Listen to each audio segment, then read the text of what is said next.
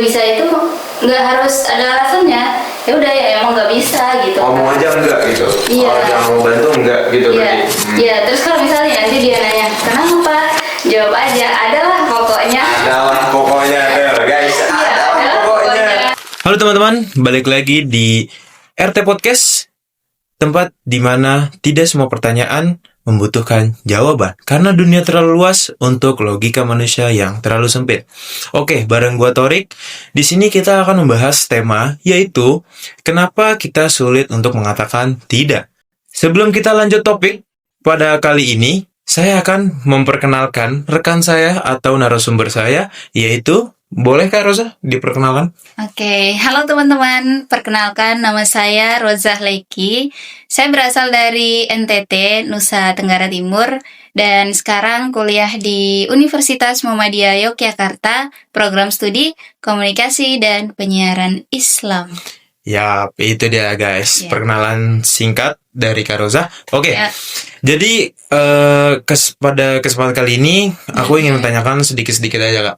Oke. Tentang kayak, kita kan ini masuknya komunikasi penyiar Islam kan? Ya. Nah, dalam tema kali ini kita akan membahas dan membawakan sedikit unsur islaminya ke dalam ilmu komunikasi. Bener gak Kak? Betul sekali. Oke, itu dia.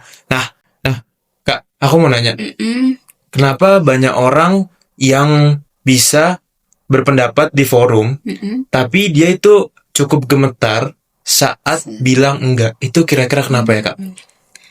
Nah, teman-teman, sebenarnya ya Kak, orang-orang yang takut bilang tidak, itu tuh karena mereka memang dari kecil itu sudah dibesarkan dengan budaya yang dimana memuji akan kepatuhan. Oh, itu. Nah, jadi akhirnya anak-anak yang nurut itu dianggap baik, dan anak-anak yang menolak itu dianggap Durhaka? ya bisa dibilang durhaka atau melawan. Anak-anak yang menolak itu dianggap melawan. Oh, kenapa bisa dibilang gitu, Kak? Ya, nah dari budaya seperti ini, akhirnya dari kecil dibawa sampai ke dewasa. Oh, berarti Iya. mungkin kayak dia udah kedoktrin gitu ya dari kecil, makanya Udah dibawa. kedoktrin dari kecil, dan itu kebiasaannya dibawa sampai dewasa. Dewasa, oh. Nah, dan ini dalam psikologi komunikasi itu ada yang disebutkan dengan fear of social rejection. Apa itu, Kak? Nah, Iya. Kalau boleh di tahu. mana dia merasa takut nggak disukai orang, takut dianggap egois, dan takut dijauhi. Oh, berarti pada inti kesimpulannya dia takut. Intinya dia takut untuk dia takut untuk menyampaikan Untuk pendapat, bilang enggak. untuk bilang enggak. Oh, Iya. gitu. Terus gimana? Padahal ya sebenarnya kita menolak sesuatu itu enggak menyusahkan atau menyengsarakan siapapun. Itu adalah kita menyampaikan batasan pada diri. Oh, makanya banyak orang bilang iya, Tapi padahal dia nggak dirinya sendiri tuh dia nggak sanggup. Iya, betul banget Kak. Dan di fenomena ini muncullah ada yang namanya people pleaser. Wah, tuh Nah, aku baru denger lagi tuh Kak. People pleaser itu apa, Kak? Nah, people pleaser ini dimana sebenarnya dia nggak terlalu baik orangnya, tapi dia takut takut kehilangan penerimaan terhadap orang lain. Artinya dia takut orang lain ini nggak menerima dia. Contohnya, Nah. contoh kecil ada nggak Kak? Contoh kecil biar kita semua tahu nih, penonton juga. Kalau Oke. misalnya ngomong gitu doang, contohnya apa? Bingung kan? Bingung, Nah, iya, mungkin coba oke. Kak Rosa ada sedikit contoh kecil. Boleh. Oke, aku kasih contoh sedikit ya. Contoh kecilnya, sebenarnya contoh ini bisa terjadi di dunia nyata juga di media sosial Kak Torik. Oke, yang contoh kecil di dunia nyata apa? Oke, di dunia nyata dulu ya. Misalnya nih, kita ketika melakukan presentasi di dalam kelas. Misal ada seseorang yang melakukan presentasi di dalam kelas. Nah, ketika dia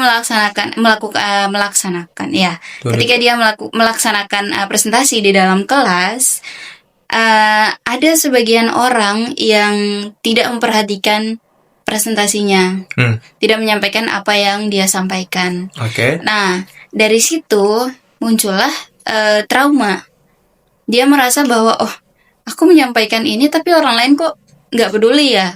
Nah, Berarti sama aja dia kayak dia udah menyampaikan aspirasi, dia udah membacakan materi yang dia bawakan, tapi orang lain malah nggak memperhatikan gitu, kayak betul. malah sibuk sendiri main HP atau apapun itulah yang ada kegiatan di kelas mungkin kali ya. Iya, benar banget, Kak. Nah, Oke. Terus itu contoh di dunia nyata. Nah, ya. kalau misalnya contoh di dunia maya atau medsos itu gimana, Kak? Iya. Contohnya kalau di dunia maya ya atau di media sosial, misal di WhatsApp aja lah. WhatsApp. Nah, ada orang yang pengen nih, misal di mereka satu kelompok grup. Iya, grup. Bikin grup nih. Iya. Berempat misal. Iya, misal grup Berempat. grup kelas boleh atau grup kelompok tugas lah. Oke. Nah, jadi ada seseorang nih dia pengen kayak nimbrung gitu. Iya. Kayak ini kan lagi asik nih. Lagi asik nih. Lagi asik, Iya. chatan pas ketika nimbrung. Nah, dia nih pengen nimbrung, pengen so asik juga nih. Pengen so asik. Di Oke. forum itu, di grup WhatsApp itu. Tapi setelah dia mencoba untuk nimbrung dan gak ada yang peduli gitu. Gak ada yang balas chatnya dan gak ada yang nge-reply chat dia. Nah, dari situ dia merasa ada sisi traumanya di situ, Kak. Trauma dikit. Iya. Apa trauma banget? Izin. Trauma dikit atau trauma banget tuh? Ya, trauma dikit lah. Dari trauma dikit itu ya jadinya dia jadi takut gitu untuk so asik lagi gitu kan. Nah, itulah guys, terciptanya orang jadi people pleaser gara-gara apa? Kalau misalnya lagi asik di grup, terus tiba-tiba dia mau, walaupun mungkin dia karena telat kali ya, bisa ada kesibukan, terus dia mau so asik juga nih, jebret, terus habis itu nggak ada yang respon, jujur, izin, kita hati cuy, beneran dah, bener gak? Iya, betul sekali. Itu contoh yang di medsos. Dan itu sering terjadi. Oke, guys. Nah, Kak, kalau misalnya itu dibiarin terus-menerus, efeknya atau dampaknya itu bakal seperti apa, Kak? Nah, dampaknya ini banyak ya, teman-teman. Salah satunya itu adalah kelemahan emosional, dimana dia ini marahnya nggak di awal, tapi dari dia menahan itu jadi numpuk dan marahnya di akhir. Dan kalau dia udah marah di akhir nih, Kak, gitu.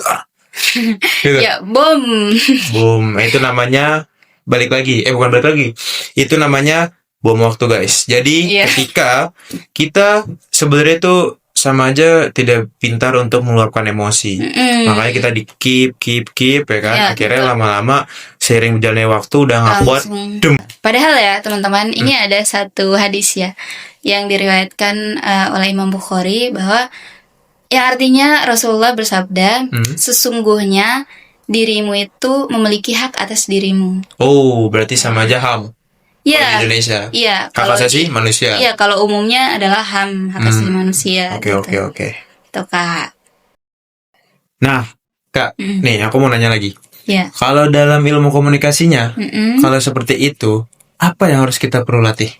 Oke, kalau dalam ilmu komunikasi nih, dalam lingkup komunikasi, apalagi KPI. Iya, betul banget. Yang perlu kita latih itu, Kak, adalah keberanian. Keberanian? Iya, betul. Catat, guys. Nomor 1, keberanian. Oke, terus jelasin nggak?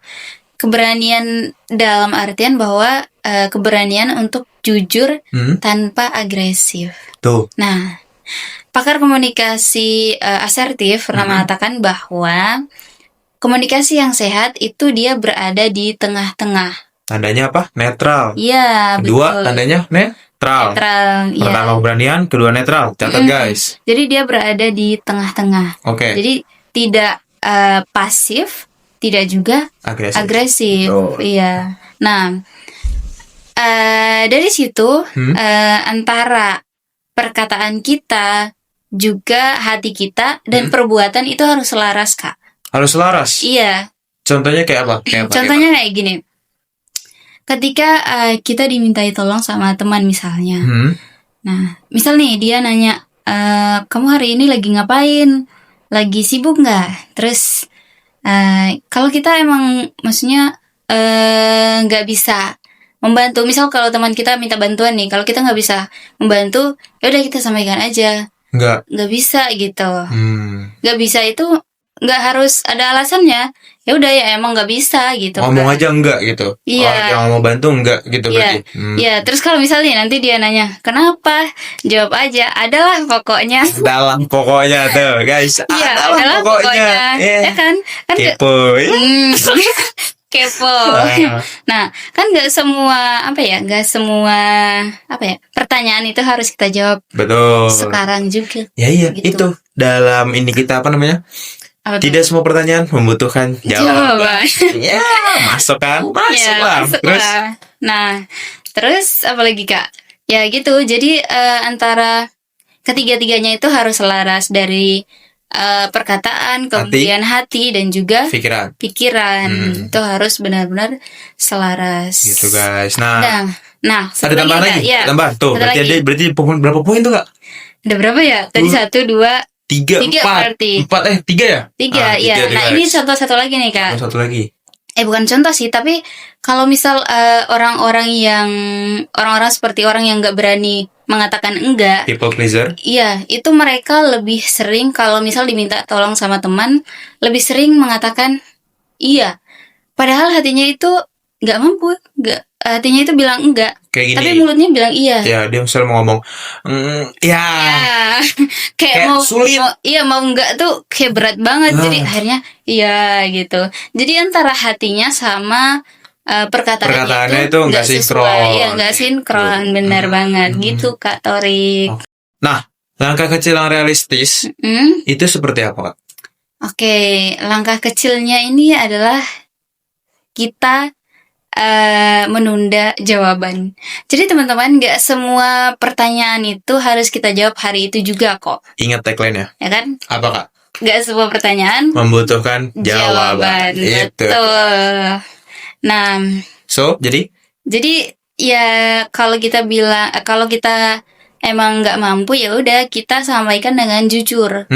Makanya dalam ilmu komunikasi itu, transparansi komunikasi itu benar-benar harus transparan, harus jujur. Nah, Kak, berarti kalau misalnya kita bilang enggak itu berarti bukan tandanya merusak hubungan kan? Enggak dong. Kenapa enggak? Enggak lah. Kita bilang enggak itu bukan merusak hubungan ya. Nah, di dalam Al-Qur'an, Allah Subhanahu wa taala berfirman dalam Al-Qur'an surat Al-Baqarah ayat 286 yang artinya Allah tidak akan membebani beban kepada seorang hamba, melainkan sesuai dengan batas kemampuannya. Betul, itu dia. Ya, jadi kita menolak itu bukan berarti merusak hubungan, enggak ya. Allah aja bisa memberikan ruang gitu untuk hambanya, apalagi sesama manusia harus saling mengerti. Iya, betul. Itu dia. Oke, guys. Oke, Kak, karena udah masuk penghujung acara nih, Kak ya. Oke. Barangkali ada kata-kata yang ingin Kakak sampaikan, atau sekiranya dari saya nih melakukan kesalahan, mohon dimaafkan. Oke, izin mohon dimaafkan. Penonton juga mohon dimaafkan. Oke. Terus, closing statement nih, Kak. Closing statement dari Kakak. Oke. Ada mau kata-kata atau dari aku? Ya, ada sedikit ya. Boleh nih, guys, dengerin. Nah, teman-teman, yang paling penting dalam komunikasi itu adalah transparansi.